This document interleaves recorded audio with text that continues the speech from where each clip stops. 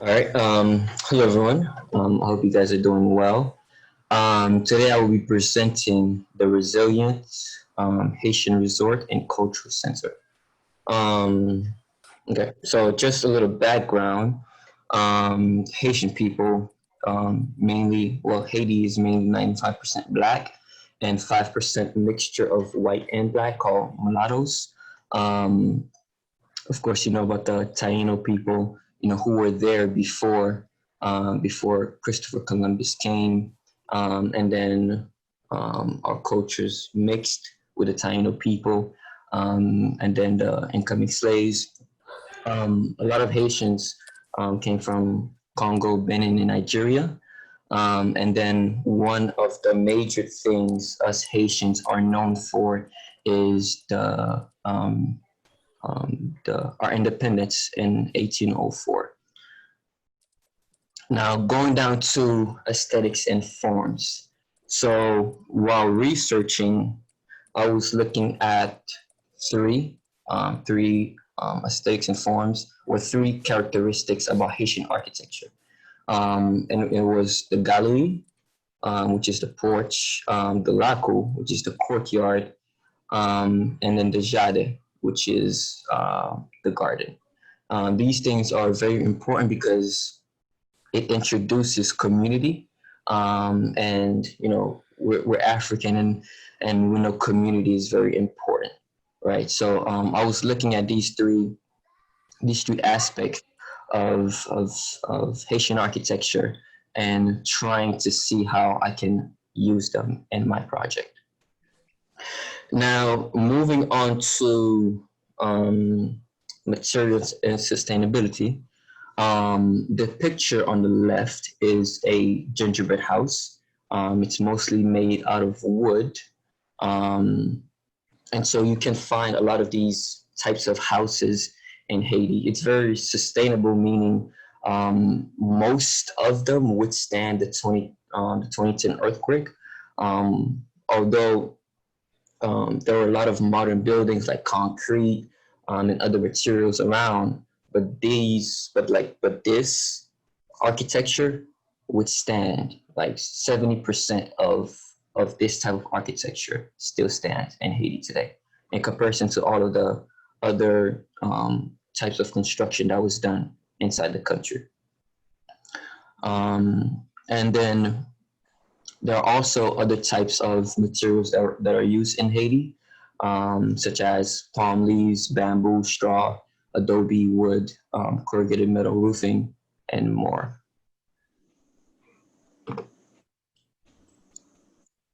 Okay, so culture and lifestyle. Also, one of the things that Haiti is known for is their culture, colors, and food. Um, we have a tradition called we usually eat subjumu every 1st of January, and it was because of of course, the victorious our victory against France in 1804, and because we weren't able to eat it before, we eat it now. Um, so in English it's called pumpkin soup. And then we're gonna move on to process and cost. Like I had mentioned before, some houses are called tikai pai, which is small hay house, and it's a sustainable way of mixing materials such as hay and wood. And then there's also one other type of material that is used a lot in Haiti, mainly in the rural areas, and it's wattle and daub. Um, and this type of construction also withstood the trembling in Haiti in comparison to those other forms of construction.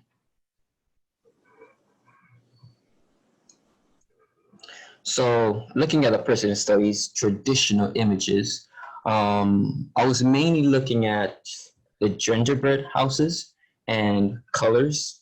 So, looking at the gingerbread house and its shape, its form, the framing. You can see the framing on the outside, and then the picture on the left is citadel.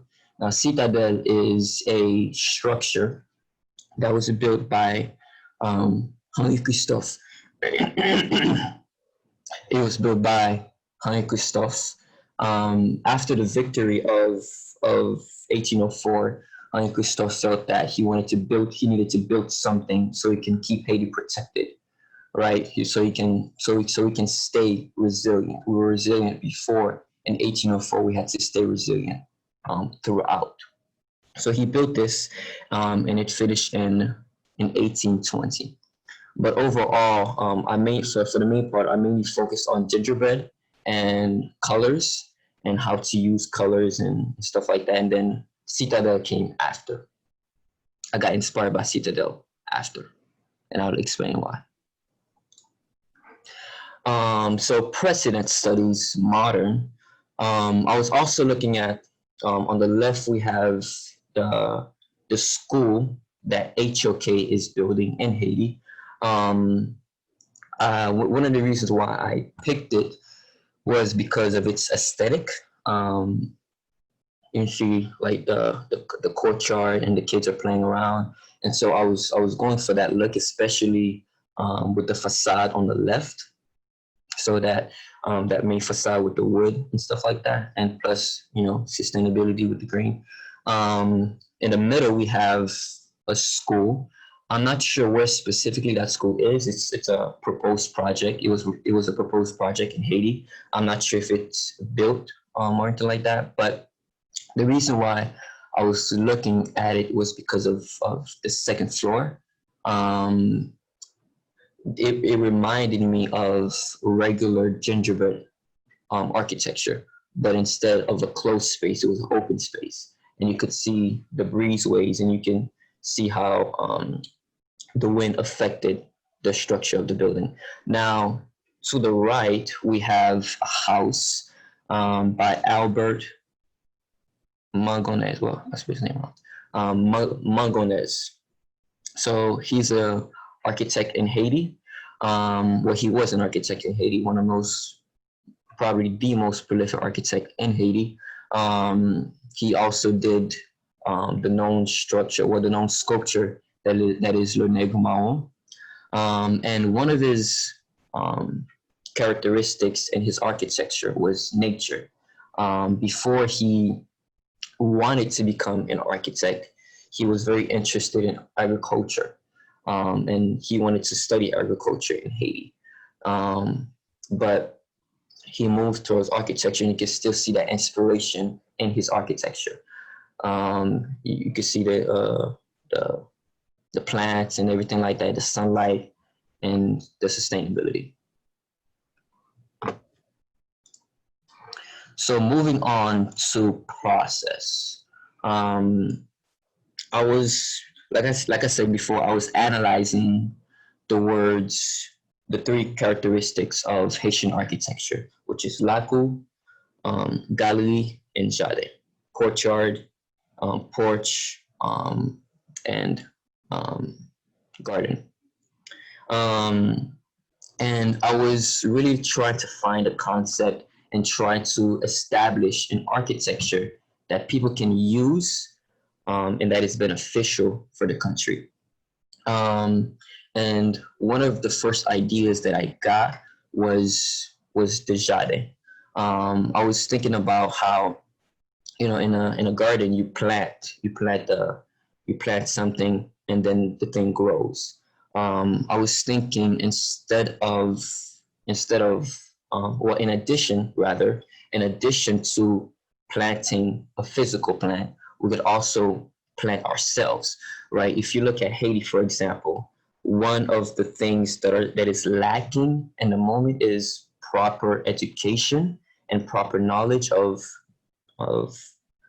buildings and materials and stuff like that. That's one of the reasons why the earthquake was so devastating, was because a lot of people didn't really know how to construct or build and know how concrete work, or know like the boundaries and the rebars, the amount of rebars and stuff like that. And one of the, not to go on a tangent here, but and one of the reasons for that was most people was comfortable. They were comfortable with the natural materials like water and dye, and so they were more comfortable with that material. But because wood had became so scarce, they couldn't use that material anymore. So they had to turn to what is readily available, which is cement, concrete, which is not really good for the environment. But going back, so you can see how education and knowledge is very, very important. And I wanted to have something on my in my resort that shows education or that enables education. And so this was one of my first ideas. The learning is like planting, and then the practical space, which is on the outside. So I would have a learning space and then a practical space in which people can practice whatever they learn, and where they can also grow. And along the side of looking at the three aspects of Haitian architecture, I was just analyzing the Haitian people in general, and then a word came to mind: resilience. And Haitian people are really known to be resilient, right? Because they were the first, African nation to receive the freedom, right? I remember Edward then had said, we were the first, but now we're the last, right? So that there was a change throughout that time, right? And that change is mainly throughout the lack of education. But so I started thinking about resilience and how can I portray resilience, and that became my concept that I started moving forward with. I started playing around with the shapes. The shapes were just regular squares and rectangles. And then I started looking at other sources, and then I thought of Citadel, right? Citadel is a great example of resilience. It's a great example of a fortress, right? It is one of the it is one of the structures that Haitians are, well, we are proud today. And people come to visit every year and so on and so forth. So I started playing around with it just to see what the rooms would be and stuff like that. There's a courtyard here and the actual Citadel. So I said maybe I can also use that. And yeah. And then also before I move on, so here what is the resort. Here is the learning space that I was trying to implement, and then here is the cafe space. And you can see how the whole site of the whole layout of the site was inspired by Citadel. Now let's go to the mood board and materials board. So when I was thinking of the mood board, I was thinking something that shows resilience, something that shows confidence, and it's something that shows culture, and then something that shows education, right? So these were the things that I was thinking about when I was just thinking about the project as a whole. And regarding materials, I was thinking cog, water, but mostly water and dye, right? Because it's the natural material that most Haitians are familiar to. And then I was also thinking of using corrugated metal roof and then wood. So this is my site plan. And you can see again the inspiration of Citadel throughout the layout of the site. So this is the resort, and then this is the inner courtyard, and then this is the cafe area, and then here is the main courtyard, and then here number 5 is the learning space. Now, the learning space is, before I was thinking just maybe a classroom, but I realized a museum can also be a learning space. A lecture hall can also be a learning space, and so on and so forth. Now, this is the floor plan of the first floor. Here is the lobby. 3 is a cafe space, right? I was thinking about the last presentation on Wednesday. Professor Joseph Conte had said, it takes a lot to actually have a restaurant, right? Like, you gotta have the storage space and everything like that. And so I decided that the eating space would be on the outside, and then the actual making of the food would be on the inside. So these are just some offices and some storage rooms. And then here would be the learning spaces right here. And then again, this is the courtyard. Now, going back to resilience and going back to resilience and what makes Haitians resilient, right? So of course we're going back to 1804, and one of the ideas that I had was to show resilience, have these paintings around the building, to show what how we fought, and to show what makes us strong. And one other painting that I was thinking of, which shows the spirituality of Haitians. It is believed, some people believe that that voodoo was used. One of the a voodoo ceremony was used to ignite the Haitian Revolution. Some people believe that. I'm not sure specifically, but I've heard of that from a lot of people. And so you can see how spirituality affects the resilience of people. And so this is what I was thinking about when I said like put the painting on the structure. And then the reason why I had thought about this right here was just to create a facade, right? So remember the other precedent study from HOK, I was trying to find a facade that would fit in with the rest of the structure, and that would blend in. Now you can still see the painting. You can still see the painting in the back. And this is another painting. The other painting that I just showed before.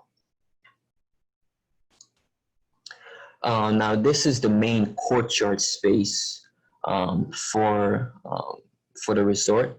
So I wanted to bring culture. I wanted to bring colors, and I wanted to bring excitement. One of the things that I wanted to also bring is the gingerbread, right? Remember, I had said I wanted to bring out the shapes in a modern way. I wanted to analyze the shape, to break the shapes off, and then see how I can use it, how I can extrude it and stuff like that. And so I thought it would be cool to use it for the cafe space, and you can see the inspiration of the roof of the gingerbread houses here also. And then here on the left we have the learning area, and then this is the wood and corrugated metal roof. And this is another look of the courtyard space.